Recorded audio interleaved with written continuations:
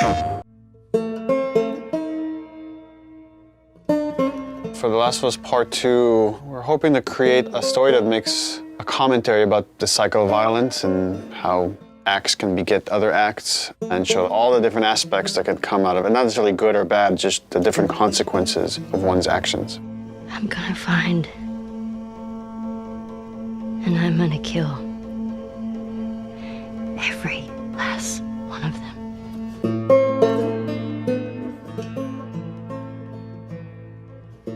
I've heard a lot of people say, why make a sequel to The Last of Us? I didn't even hear the full pitch of the game, but just like the outline of what Neil was wanting to do with this game, I realized, oh, this is something we have to make. This isn't even an option. There's absolutely more to do here.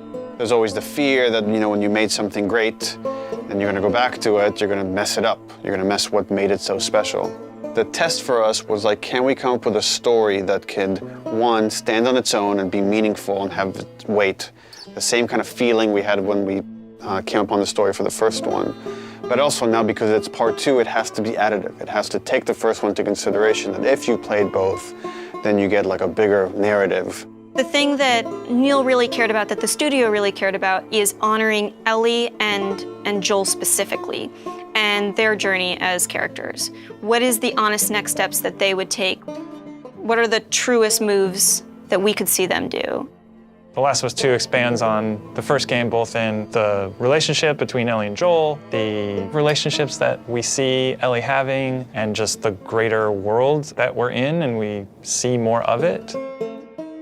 It's a genre story about this infection that turns people into these crazy monster-like humanoids. The core of it is about these really intimate, intense relationships. At the start of the game, Ellie is 19. She is living in a safe, secure community.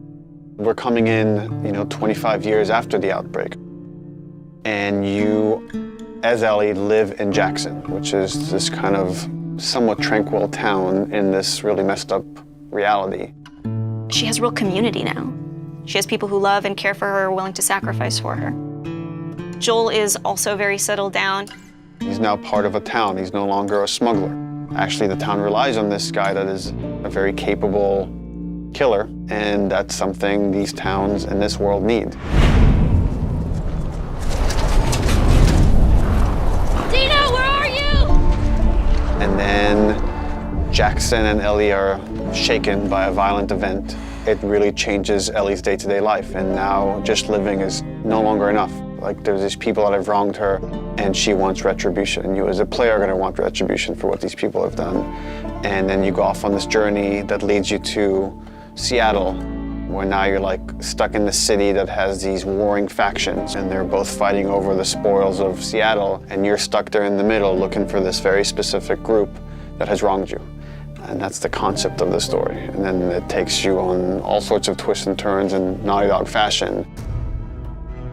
I know even within the studio, we've had a lot of philosophical arguments about some of the events and what happens in the game, and I think in this one might be more divisive than the first game in a very kind of exciting way that I think it raises those interesting philosophical questions and asks the players to interpret some of the material that's there and see where they stand on those questions.